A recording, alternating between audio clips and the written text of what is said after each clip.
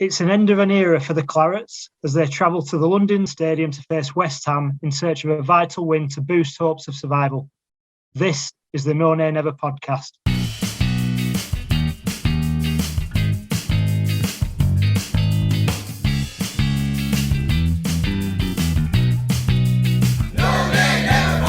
I'm Adam Dennett, and you'll notice that Natalie is away again. Don't worry, she's not run off after the news last week.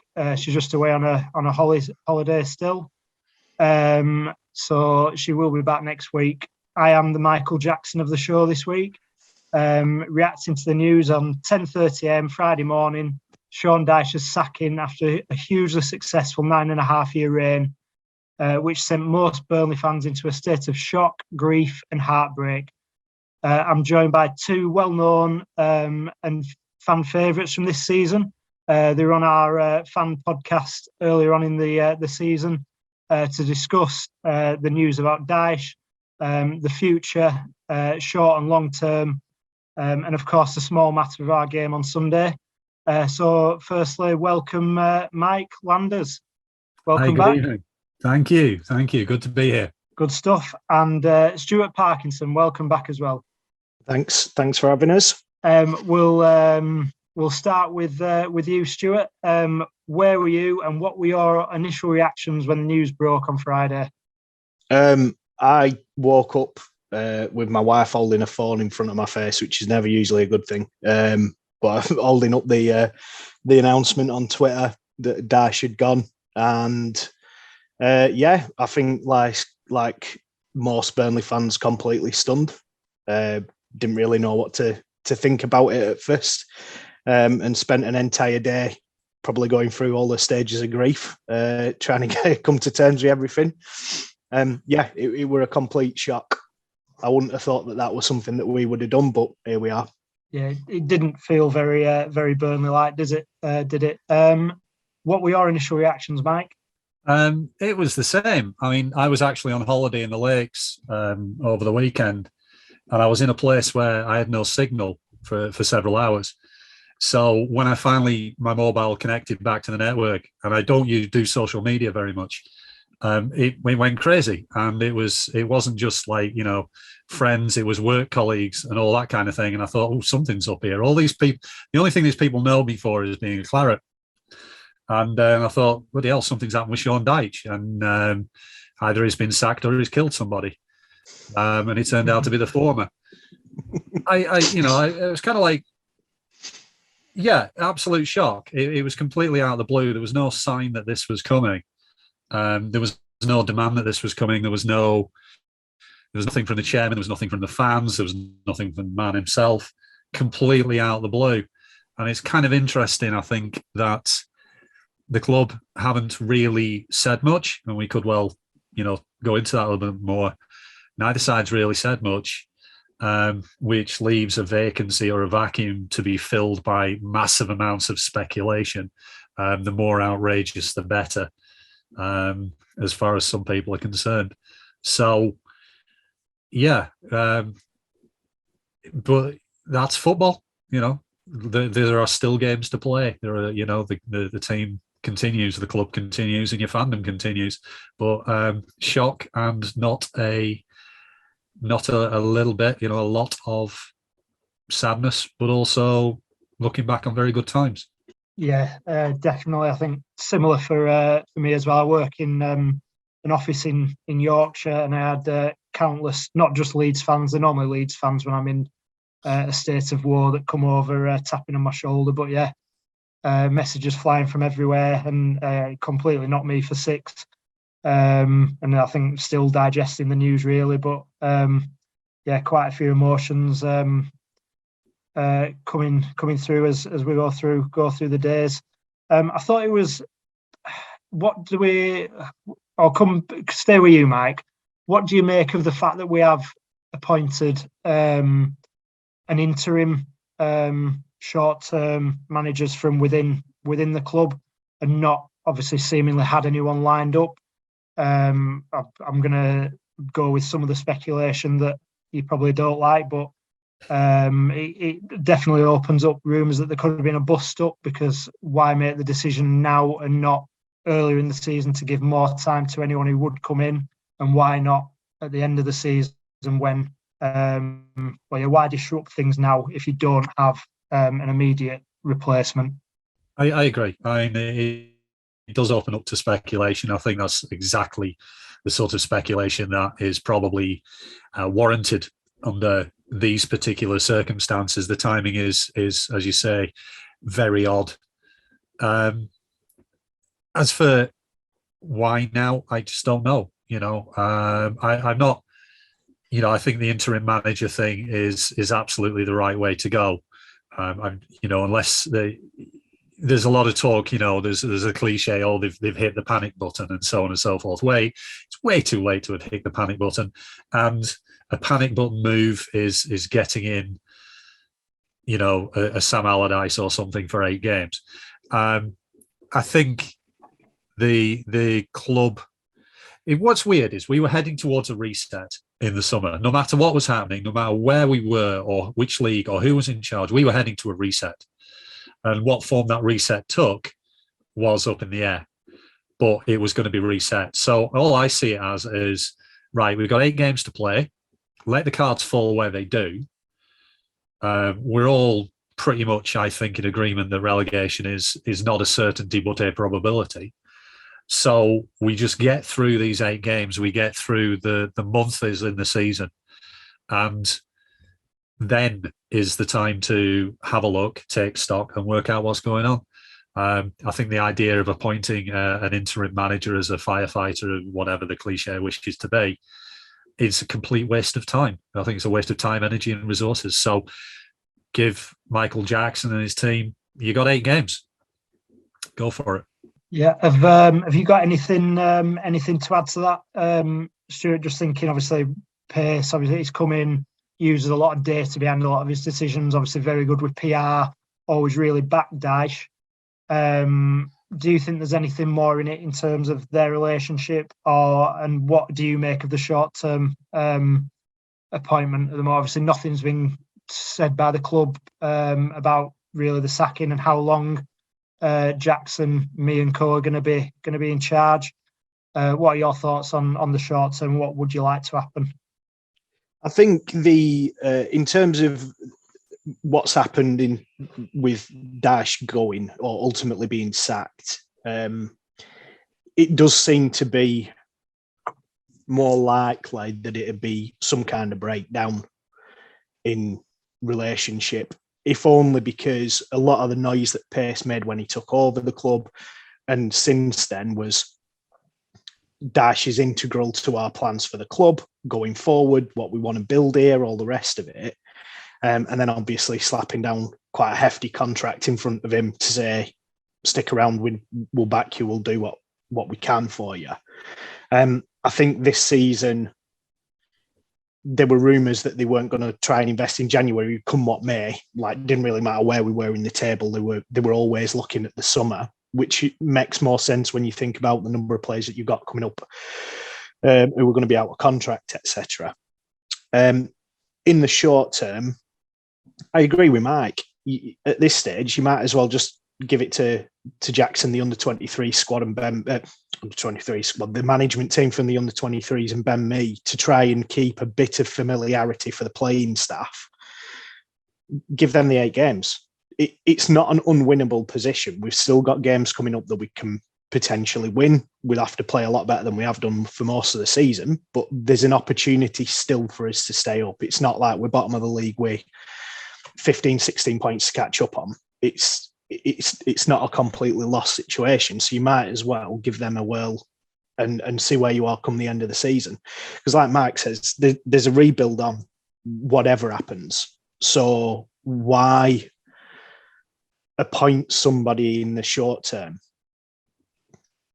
and then realise actually they're probably not the man for the job in the first place? If you got a fat salmon, for example, to try and save you, you're going to have to give him a massive payout come what may, and he's going to be gone at the end in like 8 games time anyway. So there's no point. You throw him bad money after good, really. So give it these guys till the end of the season, see what they can do. If they can get us to play on the floor a bit more, play a bit better, hopefully keep us up, grand.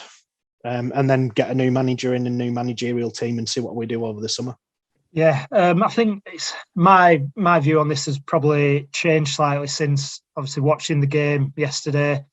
Initially, I would like comparing the situation to in the past when managers have left with a few games left at the end of the season. I think when Mick McCarthy left at Wolves, and I can't remember what his assistant would call it, Terry Connor, something like that. Yeah, came in. I don't think they won a game for the last 8, 9, 10 games. Went down with a whimper. I think Norwich did it with Houghton, promoted Adams, I think you're Adams, and again lost every game, went down. And as much as I wanted to look long term, in my head I was just trying to. I've loved us being in the Premier League, loved us punching above our weight for all these years. And my mind just gone round and round thinking, what can we do what gives us the best chance to stay up? And as much it pains me to say, I woke up on Sunday morning expecting a drubbing. I didn't see how we could rip the coaching staff and everything that's been integral to us throughout the years out of the club, and not just, even if it had a bit of fight about us, like just fall apart. But obviously we'll come on to the game. So my initial thoughts, you go around in circles. I was thinking, who's going to come in, not change the style of play, because the players aren't going to change that much, and actually give us a chance. And in my head, I decided that Rafa Benitez were the best choice, but I've not seen many people talking about him, to be honest. And I think everyone's gone all over. I think Natalie went on the radio the other day and mentioned Mark Hughes, who's not doing very well at Bradford. So it's just, you can't help but just scramble around for ideas. But my idea was that he's quite a pragmatic manager. He doesn't play expansive football. He's a good organiser. He's done well at Newcastle with limited resources. But after I'm sorry, not limited resources. This is a man spent 45 million quid on Joe Linton. That was Steve Bruce, that weren't it? But were there any other ideas in your mind before you've come to this conclusion? Had you gone? This is my point. Had you gone from pillar to post before landing where you are now, or did you think straight away, stick with the guys that know the club to see us through to the end of the season? Because I've been everywhere, all over the place. I went through the names in like 5 minutes flat and just went no. You know, Sam Allardyce, no. You know, I couldn't handle that. No, but here's the other thing as well. You know, we've had let's say 5 years of everybody moaning at Burnley's style of play. You should have a more progressive style of play. Right, getting Big Sam then. Okay. Rafa Benitez, similar thoughts. Rafa Benitez, I think, is an absolute is a very good manager. I think you're absolutely right that he could do actually a decent job with his squad. However, if I was the chairman of the football club, I would not touch Rafa Benitez with a barge pole, because the very first thing that Rafa Benitez does when he gets his feet under the desk of the football club is start undermining his chairman. He did it at Everton, he did it at Newcastle, he did it to an extent at Liverpool. And so on. So we had Allardyce, Benitez, Mark Hughes. Oh God, no.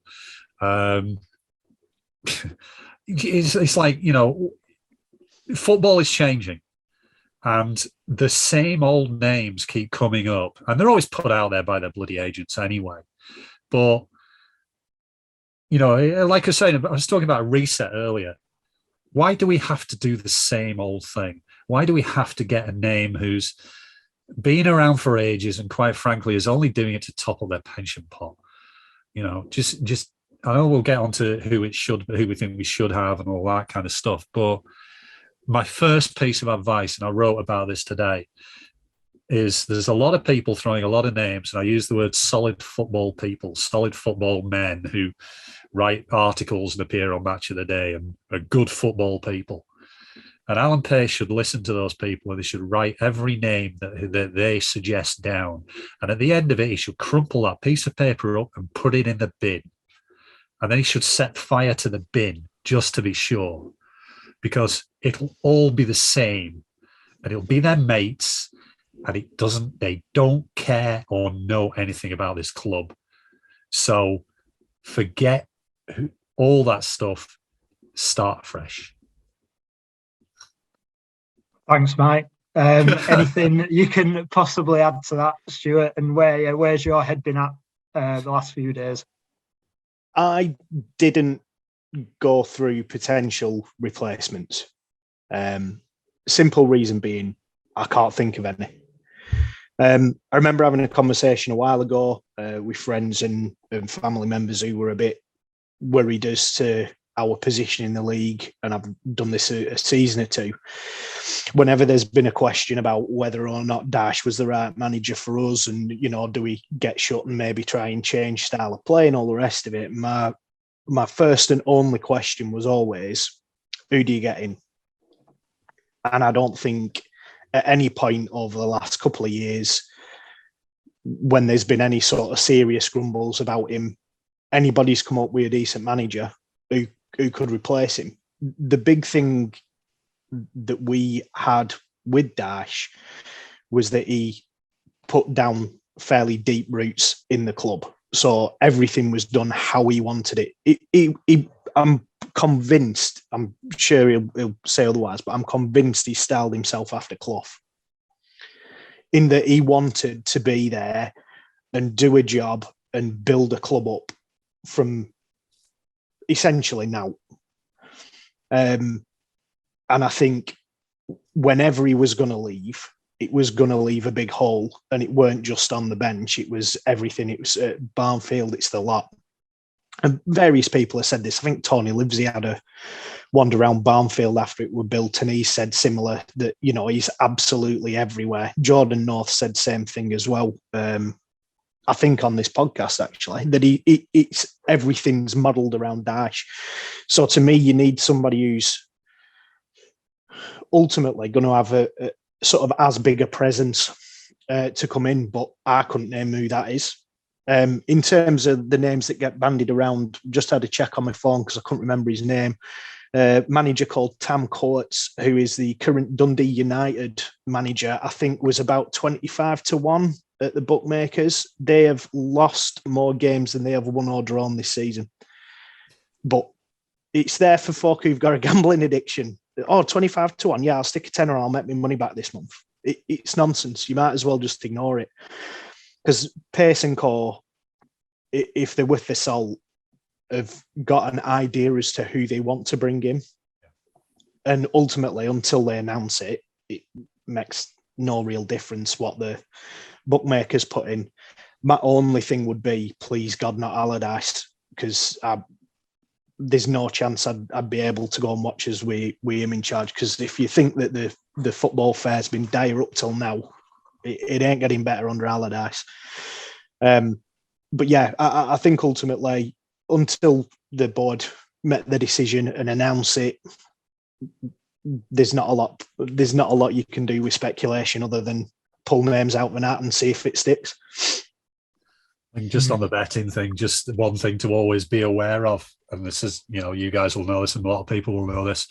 Tam Court, okay, 25-1. If I go down to William Hill tomorrow and stick £1,000 on him, then suddenly he'll be the favourite, because that's how betting works. Absolutely. Yeah. So it's based, if you want to swing a betting market, that's how you do it. It's not based in reality. It's based on where money's going. So I'll not believe who it is until I see them standing in the Bob Lord stand with the scarf above their head. On your point about Dyche, by the way, yeah, you're absolutely right. He's is a good word, entwined, I think, in the fabric of the club. I think you're absolutely right that he was modelling himself after Clough, and that's not a bad thing. No. But in a modern, progressive way that I don't think he ever got credit for. But my fear of whoever it is, and I've used the phrase a fair bit, is I don't want to be the guy who follows the guy. And whoever follows Sean Dyche has got massive, not only his presence in the club, but also massive shoes to fill in terms of expectation, in terms of everything. And whoever it turns out to be, my fervent hope is that the first time there's a bump in the road, people aren't going, well, Dyche wouldn't have done that. You've got to let him do his own thing. You've got to be pragmatic. Because otherwise, if you're chasing a thing, remember David Moyes had an amazing reputation up until the point he was anointed Manchester United manager. And that set his career back the best part of about 6 years. But David Moyes is not a bad manager. In fact, come to think of it, if he was available, and obviously he isn't, David Moyes would be a fantastic manager of Burnley. Another one, Unai Emery, on that note. Obviously done very well everywhere that he's been, apart from when he succeeded Arsene Wenger. Yeah, and it was completely unfair. It was completely unfair the way that guy got treated. He was sacked because he wasn't Arsene Wenger. I think that's a good point. It's a bit of a poison chalice, this, whatever happens. To me, it's kind of the same as when Laws was appointed. Kyle was such a big figure at the club, and obviously the manner of him leaving and the manner of Dash leaving the chalk and cheese, but it was a poison chalice because whoever came in after Kyle was going to have to fill the void that he'd left. Now, I think I've seen some people on Twitter saying, get Mike Duff in. No. Like, I love the man. Mike Duff is my hero, but he's not cut out for a Premier League manager, and he's been managing for 2 years. Yep. It's bonkers getting in a guy because he's a club legend or whatever. It's not going to work. They've got to have the skill set to actually take us forward, either keep us in the league or get us promoted from the Championship should the worst happen and we get relegated. You've got to get the right man for the job, really. And ultimately, whoever comes in is going to be, they are going to get hit with a stick that is, oh, well, Dash would have done X, Y, and Z. He would have got a performance out of us. We'd have won that 1-0 if we'd have done this, that, and the other. But you can't live with that. You can't live off what an old manager would have done, because it's what United fans are doing now, and it's what every Arsenal fan who wanted Arsene Wenger out of the club are doing with every single Arsenal manager from now until the end of time. I thoroughly agree. On the Duff thing, sorry to jump in, Adam, but on the Duff thing, the concept of appointing somebody because they know the club. Well, Michael Duff knows the club. No, he doesn't. The Burnley that Michael Duff left 5 years ago is not the Burnley of today. And simply this idea of appointing him because he knows the club is ridiculous. The other thing as well is that sort of inward thinking. And again, I've wrote about this recently. Burnley FC, not Burnley FC. There is not just a manager of Burnley FC. There is a manager of Burnley Football Club Limited, and that is £100 million business. You do not give that to someone because he has 400 appearances in your shirt. You do not put that kind of thing in charge of someone like that. So much as I agree that Duff is a club legend, and it is far too early in his career, I would love to see him here one day if he's proved it. The idea that we should appoint from within the club or somebody who, quotes, knows the club is absolute hiding to nothing. Brian Laws, Burnley legend, knew the club. And I'll be honest, it was his dream job. He wanted to be Burnley manager. That was the job he always wanted. And he got, you said about poison chalice, he got appointed, not a poison chalice, but a bin bag on fire of a club. And I know he failed, and I know a large part of it a significant part of it was because of his own inability as a coach. But whoever picked up the club after Owen Coyle, I can't believe I even said his name, was being handed a burning dumpster, and he was going to fail. Yeah, I don't want to mention his name, so won't dwell on that part for too long. If I can say his name after a decade has passed, I feel, clearly time is a healer. It's probably the first time I've said his name in about 10 years. Yeah, I just want to go back quite a few points. Just to something you said, Stuart. Just around what Alan Pace. What do you make of the way that it's all been done? Obviously, nothing really on social media or coming out of the club to say a great thank you or any sort of recognition of his time with us. Do you think that's a bad thing? Is it understandable? Do we not need a bit of a fanfare right now? Is the time at the end of the season? And in the end, do you think, this is a question for both of you when it comes to it, do you think that Dyche's legacy will be better? Obviously, it was strong regardless, but better after this than if we'd have gone down with Dyche, stuck with him, struggled in the Championship, and then he'd left? I think if you were going to have a big fanfare for him, they'd have done it by now. They announced that he was gone on, Friday, was it? Yeah, my feeling is there'd have been a video package that had gone out saying thank you. Read into that what you will, because in all honesty, I haven't a clue. It could be that it's not how he wants to do stuff. It could be a bit of you rip the bandage off and get it over and done with. So you just say thank you for all your time at the club. And to be fair, the statement does thank him for his time at the club and everything that he's done and all the rest of it. But it also makes clear that results haven't gone our way and there's a short period of time left to keep us in the Premier League. So I think that's your guiding principle there. In terms of his legacy, if you will, I think had we been relegated, and I'll borrow one of Mark's phrases, solid football men would have said, "Oh, they didn't play expansive football, and if they'd have had it on the ground and passed it around a bit more, the attack teams, etc., and all the same stuff that you hear every time that teams like Fulham." Who got trounced week in, week out. Blackpool did it when they got battered at end of season. They were in Premier League. All these teams who come up, play free-flowing football, Norwich more than once, come up, play free-flowing, attacking football at Man City and get stuffed. And do it at Liverpool and get stuffed. And do it at Old Trafford and get stuffed. And at end of season, they go, oh, well, they should have played it a bit tighter. And I think it would have been the reverse for us. I think it would have been, if they'd used Cornet more, if they'd have done X, Y, and Z. Because at the end of the day, they get paid to put an opinion out there, as ill-informed as it can be at times. I think Dyche going now, and the fact that all these people have come out and said, oh, it's a disgrace that he's been sacked.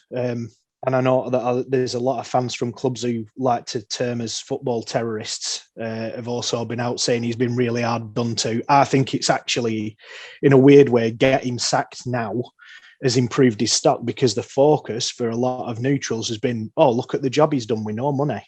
The stuff that we've said for years and lauded him for and said this is why he's a great manager and people like, no, he's a dinosaur. Now they're all cottoned onto it. So it's you don't know what you've got till it's gone, except that's for neutral fans who don't care about Burnley and want us relegated. I'm going to put out a start here, lads. This gives you an idea of how narrative about Burnley and other clubs, I'm not going to mention the club yet, is focused, and certain important things are very carefully ignored or not noticed by journalists. You're talking about aggressive anti-football, which we've been done with. Burnley have had 56 yellow cards this season. 56, okay? In second place is Newcastle with 72. Which club has got, would you believe this, 91 yellow cards this season? Is it somebody who everyone's been fawning over? So they are 19 ahead of second place. It's somebody who have had a reputation over the past couple of years for attractive, free-flowing, attacking, exciting football. And they are currently leading the yellow card chart by 19. Like I said, the obvious one were Arsenal when you first said it. Well, that's just the red cards, isn't it? So I wouldn't. That's just Granit Xhaka, isn't it? Brighton. No, I'll go with Leeds. it is Leeds. Leeds have had the most Dirty yellows, the most fouls, and the most, not the most reds, but the most yellows and most fouls in their 2 years. And yet we're middle of the road, middle of the pack. We're apparently the dinosaurs.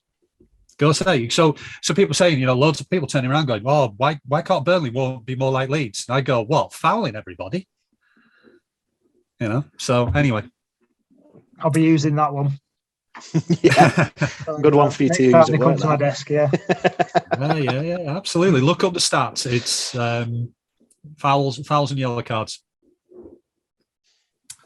Right. I think we'll end the Dyche and manager chat for now, unless you guys have anything else to add. And even though you've been very reluctant to give any sort of names or any sort of let's say optimism towards any names, if I had to ask you now who you want in charge of Burnley at the start of next season, no matter what league we're in, who would you pick out of the contenders or anyone out of just anyone in the world of football? Start with you, Mike. I don't have a name, I have a type.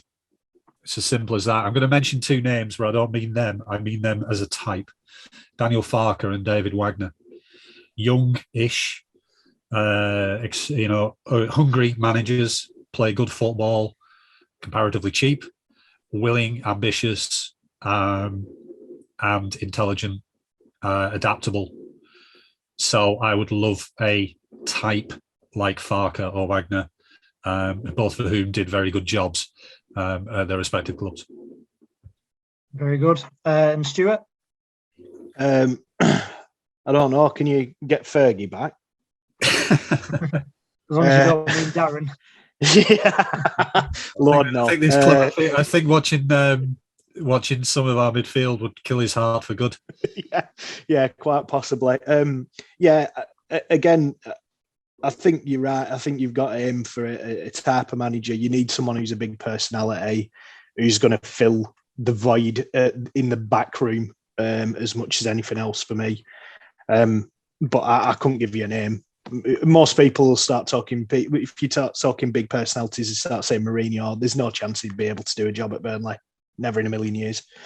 I've seen people saying Chris Wilder. I think I'd be happy with him if we were in the Championship, maybe not so much if we were in the Premier League, given how poorly his second season went with Sheffield United. But trying to find somebody to fill some rather large Northampton-made shoes is going to be a tough ask, really.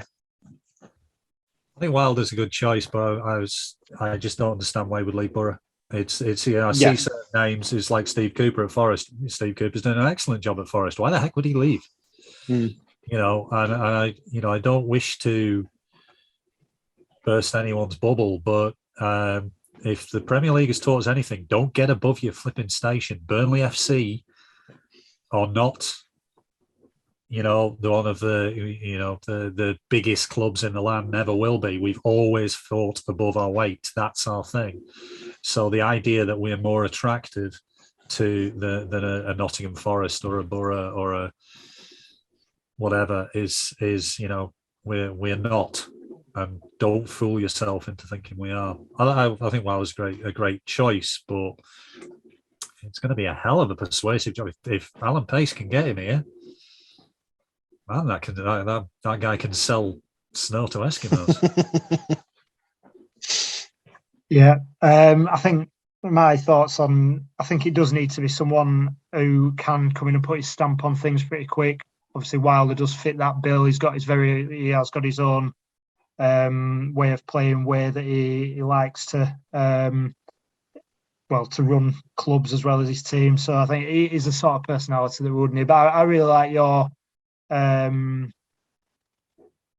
picks of Farke or Wagner as well, Mike. It's not people I've thought of, but yeah, Farke especially got they both got promotions to the Premier League. But yeah, we'll wait and see, I suppose. Anyway, we'll move on to Sunday's game. I think I said before I'm very pessimistic going into the game. What did you make when the lineups came out? And just two changes from the Norwich defeat. McNeil and Cork coming in for Lennon and Brownhill. I'll start with you, Stuart. Were you confident ahead of the game? And what did you make of the lineups when they came out?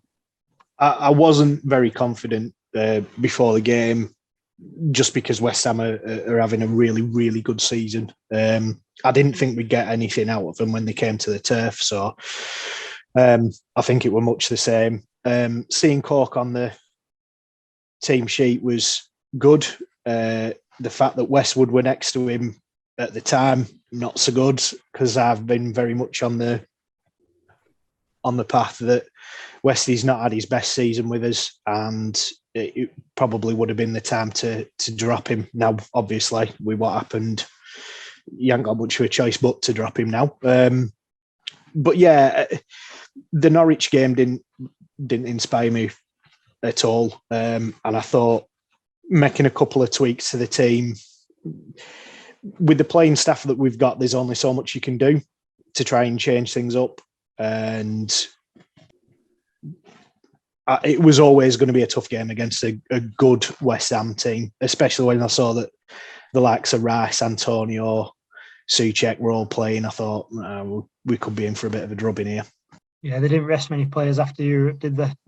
What did you make of Lennon dropping out of the side, Mike? After he's grabbed quite a lot of plaudits for his performances recently. I thought it was a little harsh, but you know, at the end of the day, I'm a big fan of Aaron Lennon, but to me, he doesn't represent the future, and Dwight McNeil hopefully does.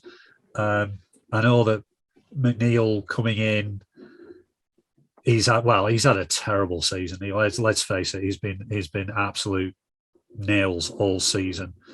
But you know, like we were saying earlier about, you know, you've got 8 games left. Maybe this is a reset. You know, at the end of the day, and I think Stuart's right. There's not a lot there to do with, you know, to play with. So why not?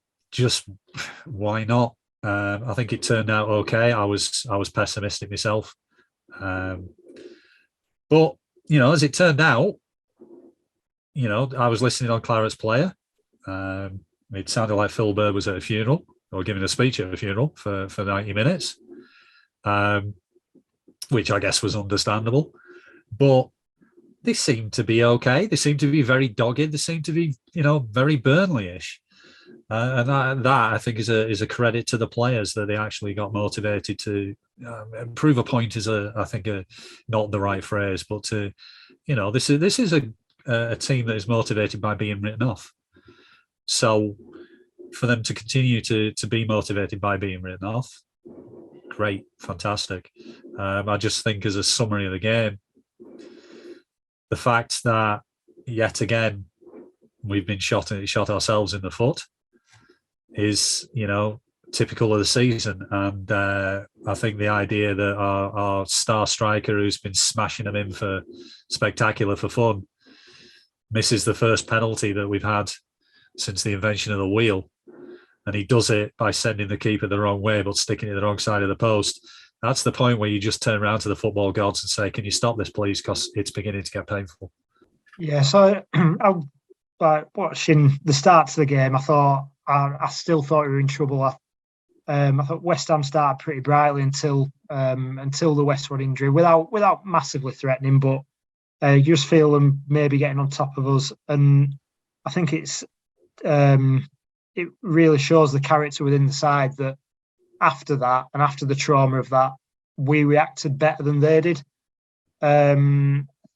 Stuart, I'll just come back to you. Your thoughts on the injury? Obviously, it looks like a complete accident, unfortunate event. And then the way that the players reacted to it and the performance up to half time with the goal, and obviously the penalty that Mike mentioned there. Yeah, like you say, looking back on replays, it's accidental. There's no malice in it for me. I was half expecting with how upset. Was it Vlasic? I might be mispronouncing his name there. With how upset he was. It sort of reminded me of when Son injured Gomez at Everton a few seasons back. And I think he got a red card there more so somebody could take him down tunnel and look after him because he was in bits. And I was half expecting referee to produce a card just to get him off pitch so somebody could sit him down and have a chat with him. Borden had put a tweet out, Chris Borden had put a tweet out saying, Lanzini were in tears and they were for head in hands and all the rest of it. And obviously, as a professional footballer, you're not going to want to see anybody in that position. Certainly from Burnley's point of view, definitely not when it's one of your own team. And I think the fact that we came out of that a bit brighter, a little bit less shell-shocked, managed to force the corner and ultimately a goal, it is testament to a bit of the mentality that Dyche like to talk about and put his noses in front. And then ultimately, penalty miss. It's one of them, you can't make it up, can you?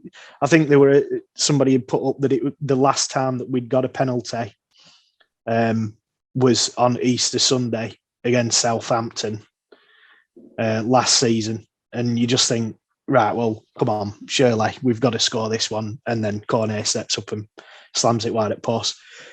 Just on that, though, I would say there were a few shouts a day or so later saying, Fabianski were definitely off his line there. And yeah, he were. But if there were a video assistant referee or something like that could have looked at it and wound it back, then perhaps we should invest in that in Premier League. But I think it's clutching at straws a bit there, really. Yeah, I think the only look at that if it's a save, similar to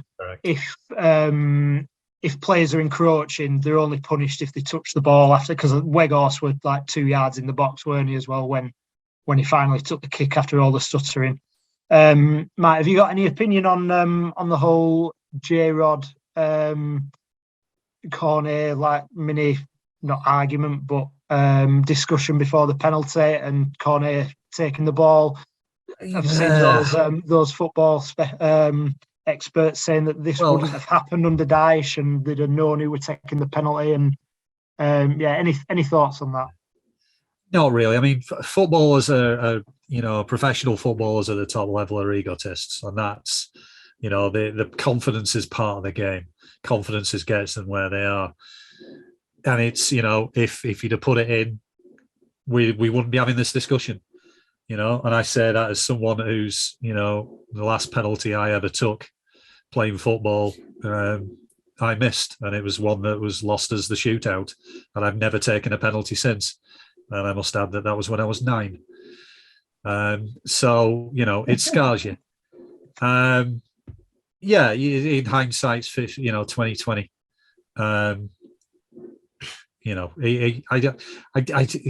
There's enough drama in the game before starting manufacturing it. Yeah, I think that's fair. And after Cornet had won the penalty himself, there isn't really a specialist at the club because we don't get them, especially with Wood leaving. I don't think there's much in it. Yeah, I suppose. Yeah. I think Barnes on the pitch at the moment. Yeah. Barnes has taken a few. I think last penalty specialist we had was Graham Alexander. Oh yeah, absolutely. He did all right, didn't he? Yeah, I think Barnes takes them, and Barnes does have a good reputation, but that's because not only does the goalie not know where he's kicking it, neither does Barnes. The only you've heard of a striker having a 50p head is the only Premier League striker I've ever seen with 50p feet. Just a couple of other individuals. A couple of individuals from the first half I want to pick out. Tarkowski with a couple of vital interceptions and blocks. He's had his fair share of criticism this season, probably not as much recently, but thought obviously you were excellent again. And then Weghorst seemed to have a renewed energy. And maybe that's because Cork was in the team and we were playing more into his feet noticeably in the first half. Obviously, I think we had another standout performance second half that we'll come on to. But what did you make of Tarkowski and Weghorst in particular in that in the first half and in the game? Mike? Tarkian has been an absolute rock, and he was absolutely phenomenal again on Sunday. I know he's had criticism, like you say, and I've always felt that was unfair, completely unfair anyway. And I think that there's the phrase silencing the doubters, or there's basically telling him to absolutely zip it, and that's what he's done. And he was amazing again on Sunday. Weghorst renewed. You could see the frustration and the frustration with the fact that he was being treated as Peter Crouch's, famous thing. They wanted him to be a head on a stick, and that is not what he is. He's quite clear that is not what he is. And I think that's what some of the frustration was over the past few weeks, was that stop doing that. Stop smacking the ball up to him. The fact that Cork is in midfield means, like you say, he gets the ball to his feet, and he's much, much, much more impressive. It would not surprise me over the next 8 games, if we continue putting the ball to his feet, that he's actually going to start scoring some goals. And long may that happen, because God knows we need it. But I think it's the fact that we looked more of an attacking threat against a good team in West Ham, like you say, that team is flying. We should have been 2-0 up at half time, despite the fact we're in the relegation places. That gives you hope. And, if Tarky can, you don't need a fully functioning 11 players at the top of their game to avoid relegation. You need 4. Pope is one. We're probably going to talk about him in a second. Tarkowski's another. If we get Weghorst and let's say it's going to have to be Cork, who knows? I know it's the hope that kills you, but who knows? Yeah, I think you have to go into that second half completely wiping the memory of what's happened right at the end of that first half, and obviously the Westwood injury. And West Ham were always going to come out fighting, and obviously took control of the game in that second half. What about Nick Pope's performance, Stuart, in that second half? Superb, absolutely superb. Gordon Banks' save from, I think it was Diop. Absolutely incredible. It's a proper performance. It's the kind of performance that he was churning out a season or 2 back when people were rightfully saying he should be England's number 1 above Pickford. And it's two big saves that get us a point out of that match. People can talk about, it was 3 points dropped because we should have scored the penalty and, we'd have seen the game out comfortably. You don't know what the half-time team talk would have been from Moyes going in at 2-0 down. I expect that they'd have come out all guns blazing and probably absolutely creamed us. But pulling off 2 absolutely fantastic saves not only does him a world of good with confidence, does us a world of good with confidence. I think it kind of makes the opposition team think, we're not going to get past him today. And they only managed it the one time. Not the greatest free kick in the world. I think Weghorst knocks it back and it pings off Souček's chest. If he says he absolutely meant to do that, I'll plat fog. But I thought Pope was back to his best with those 2 big saves. That's what we needed, and it's what we need for the rest of the season. Yeah. You said, you already mentioned it earlier, Mike, about us shooting ourselves in the foot. I'm guessing you're talking about in the build-up to the free kick and the free kick itself, or were you just talking about the defending for the free kick? Or I think it's just in general. I think the defending for the free kick wasn't good. The build-up to the free kick wasn't good. But that's the story of our season, really.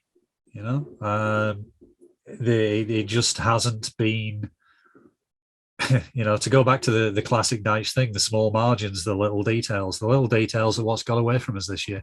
The defending for the free kick, it got away from us. Pope, he pulled us out of the mire a couple of times, amazingly. But, sometimes seasons gone by, do we end up in that situation anyway? I don't know. Yeah, so I think a very difficult question now, and probably one that we don't know the answer to yet. Stuart, is a point yesterday a good result, given that we could have been 2-0 up, and given that we could have lost the game second half? Yeah. Before the match, if somebody said you don't lose, I'll snatch your arm off. I'd take a point away against West Ham with the way they're playing this season all day long, because what you've got to look at is the rest of the games going forward. A point keeps us within touching distance of Everton. No points, you start worrying. 3 points and it's game on. But again, you can only control what you can control. And to me, I think we've got some games that we've got a fighting chance of getting 3 points out of coming up. I think for Everton, that's a much bigger ask given who they've got to play. So a point at whatever West Ham Stadium's called nowadays, London Olympic Stadium or whatever. A point there, especially with how they've been playing this season. Yeah, absolutely. I'll take that. I think that's a good point. You in agreement, Mike? Good point. Move on to the home games, or opportunity missed, and we're now looking at the Everton game against Leicester.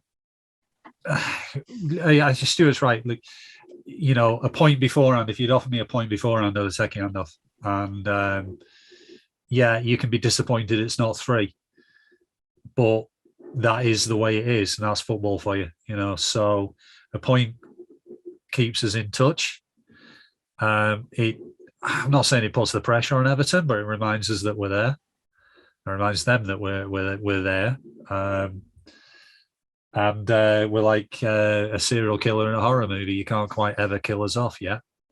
So I think we can only do what we do. We've been talking about the 8 games being see what happens. And I still say that, you see what happens. If we go, we go. And just look at Everton and rely on them dropping points. We're not in that situation. So, fair enough. I expect them to. They got a horrendous running.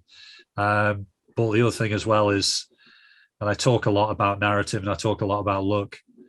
Bad things don't happen to people like Frank Lampard, no matter how much they deserve to. Let's hope it changes quite quickly in that regard then. Looking ahead then, are you confident going into Thursday's game against Southampton? Stay with you, Mike. And how do you expect the crowd to be for that game? Fully behind the cause, or a bit disgruntled the way that Dyche has left the club? And do you think there'll be any sort of reaction to what Pace and ALK have done? It's an interesting one, and it's unfortunate I'm not going to be there because I can't make midweek games. But reading around, there is shock at Dyche leaving, but I'm not sure there's anger. And I don't think that Turf Moor on Thursday will be a place where the majority of the fans are angry. I think people are going to still, I don't know, it's not the 5 stages of whatever, but 5 stages of grief. But I think that it's going to be a case of, okay, this is where we are. If the team come out and play the first, say, 15 minutes in a positive way, and it doesn't have to be much, it has to be, for me, if I'm seeing a team out there for the first 15 minutes that looks organised, that looks fairly confident, that is passing the ball well between each other, then I'm going to say, okay, this is good. This is where we want to be. I'd be surprised if there's anything against the board, whether you think they deserve it or not. I don't think now's the time, and I think the fan base kind of realise that. I think the time for recrimination or the time for a post-mortem is after the final whistle against Newcastle. So I'm kind of quietly confident. Quietly confident was probably a good phrase. I think Southampton are beatable. Just don't give a free kick away where Ward-Prowse can put it. But they're one of those teams where they don't have a massive amount to play for, and they don't half chuck one in occasionally. So, I think they are there for the taking. If the team can play like they did on Sunday, certainly in the first half. 9-0 on its way then. I'll have that as your prediction. Well, why not? Why not? And just to see, right? Just to see the faces of the Guardian's football staff. It'll just go, pick your hipster blogger analysis of choice. Just to see their face going, Burnley have got nine goals. Their laptops will have exploded. Oh, let's pray for that. I think more hope than expectation there. But anyway, how are you feeling ahead of Thursday, Stuart? Yeah, I think it's going to be another tough game. Southampton for me are one of them teams, a bit like Crystal Palace. You never really know who's going to show up. If they show up and they're in the mood for it, they can definitely beat us. If they show up and they're not particularly bothered, flip-flops are on, we've got every chance in the world of giving them a bit of an hiding. I just had a quick look back there again on some of the recent results, and some of them aren't very pretty, but again, they'll pull out some decent results when they need to. I think normally, had this been last season, I'd have been marking us down for 3 points because I'd have been confident that we were playing well enough and we'd be able to turn them over. But with how we've played this season, not as confident.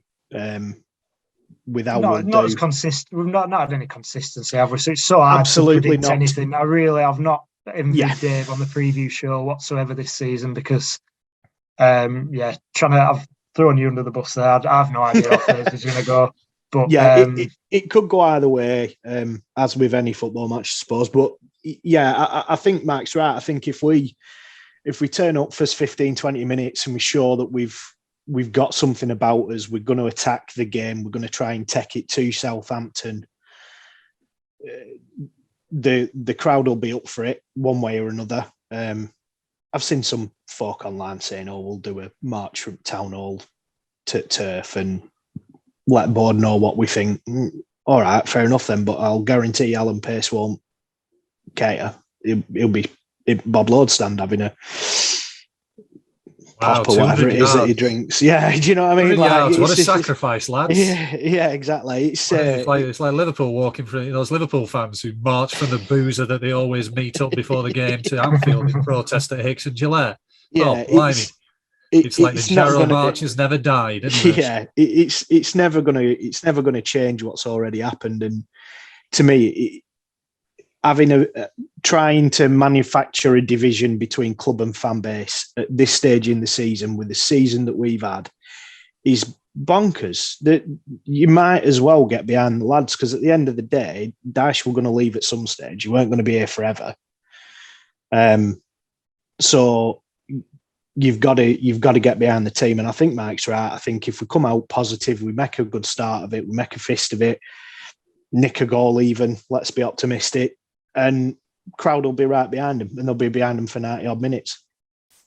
So try that. Try that and see how we get on. The worry is that we do what we've done all season. I don't wish to sound pessimistic, but if we stop shooting ourselves in the foot, there are 3 points for the taking. Yeah. And that's the way I look at it. But bitter experience this year has kind of shown that, we keep finding a way to cock it up. Can we please not do that, lads? That's the team talk we need.